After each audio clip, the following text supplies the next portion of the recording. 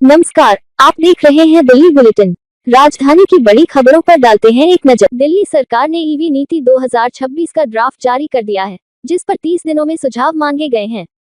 3,954.25 करोड़ रुपए के इस प्रस्ताव में इलेक्ट्रिक 2, 3 और 4 पहिया वाहनों पर खरीद व स्क्रैपिंग प्रोत्साहन, साथ ही रोड टैक्स व पंजीकरण शुल्क में 100% तक छूट का प्रावधान है।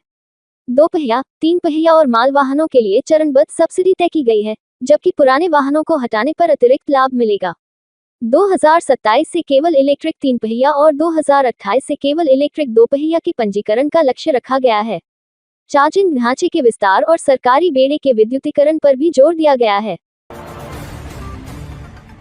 वीरेंद्र सचदेवा ने दिल्ली सरकार की नई ईवी ड्राफ्ट पॉलिसी का स्वागत करते हुए कहा कि यह 3 से 7 वर्षों में राजधानी में वाहन प्रदूषण को लगभग खत्म कर सकती है। उन्होंने कहा कि रोड टैक्स और पंजीकरण शुल्क में छूट से लोग तेजी से इलेक्ट्रिक वाहन अपनाएंगे। 1 जनवरी 2027 से केवल ई ऑटो के पंजीकरण का फैसला सार्वजनिक परिवहन को स्वच्छ बनाएगा।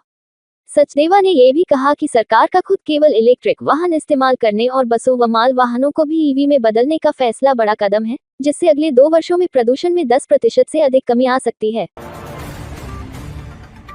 आम आदमी पार्टी के संयोजक अरविंद केजरीवाल ने केंद्र सरकार पर आईटी नियमों के जरिए सोशल मीडिया पर नियंत्रण की तैयारी का आरोप लगाया है। उन्होंने कहा कि प्रधानमंत्री नरेंद्र मोदी की लोकप्रियता घट रही है और लोग सोशल मीडिया पर अपना गुस्सा जाहिर कर रहे हैं। केजरीवाल के अनुसार सरकार समस्याओं का समाधान करने के बजाय आलोचना करने वालों को दबाने की कोशिश कर रही है। उन्होंने वडोदरा बस स्टेशन हादसे का जिक्र करते हुए भाजपा सरकार पर निर्माण कार्यों की गुणवत्ता को लेकर भी सवाल उठाए। देवेंद्र यादव ने शालीमार बाग गांव में प्रस्तावित बेदखली पर कड़ा विरोध जताते हुए कहा कि बिना मुआवजा या पुनर्वास के किसी भी परिवार को हटाना अन्याय होगा। उन्होंने कहा कि रेखा गुप्ता सरकार को मानवीय दृष्टिकोण अपनाना चाहिए। यादव के अनुसार 30 वर्षों से रह रहे 150 से अधिक परिवारों की आजीविका और आशियाना दोनों खतरे में हैं। उन्होंने आरोप लगाया कि सरकार ने पहले भी कई बस्तियों में लोगों को बिना पुनर्वास बेघर किया है और अब शालीमार बाग में भी वही स्थिति बन रही है। एलपीजी संकट के बीच सरकार ने घर घर सिलेंडर डिलीवरी का दावा किया, लेकिन जमीनी हकीकत अलग नजर आई। पड़ताल में सामने आया कि लोग अब भी गैस एजेंसी के गोदामों से सिलेंडर लेने पहुंच रहे हैं। कई उपभोक्ताओं ने आरोप लगाया कि डिलीवरी बॉय 500 से 700 रुपये तक अतिरिक्त शुल्क मांग रहे हैं। ऐसे में उपभोक्ता खुद सिलेंडर लेने को मजबूर हैं, जिससे सरकारी दावों पर सवाल उठ रहे हैं। एलपीजी संकट के बीच 5 किलो छोटू सिलेंडर को समाधान बताया जा रहा है, लेकिन इसकी उपलब्धता पर सवाल उठ रहे हैं। मजदूरों और छात्रों के लिए आसान प्रक्रिया के बावजूद एजेंसियों पर इसकी कमी देखी जा रही है। प्रवेश साहिब सिंह ने गवर्नमेंट ऑन व्हील्स कार्यक्रम के तहत सड़कों पर उतरकर हालात का जायजा लिया। पीडब्ल्यूडी कार्यालय से शुरू हुआ दौरा कई प्रमुख मार्गों से गुजरते हुए हयात रीजेंसी तक पहुंचा। मंत्री ने ट्रैफिक, सड़क स्थिति और सार्वजनिक सुविधाओं की समीक्षा की। दिल्ली विकास प्राधिकरण सेंट्रल रिज क्षेत्र में इको रिस्टोरेशन प्रोजेक्ट शुरू करेगा। 6 माह की योजना में मिट्टी सुधार, पौधारोपण और झाड़ियों की सफाई शामिल है। पर्यावरण संतुलन और हरित क्षेत्र बढ़ाने पर विशेष ध्यान दिया जाएगा। गुरु गोबिंद सिंह इंद्रप्रस्थ विश्वविद्यालय ने राष्ट्रीय स्तर के टेस्ट और मेरिट आधारित कोर्स में दाखिले के लिए आवेदन की अंतिम तिथि 30 अप्रैल तक बढ़ा दी है।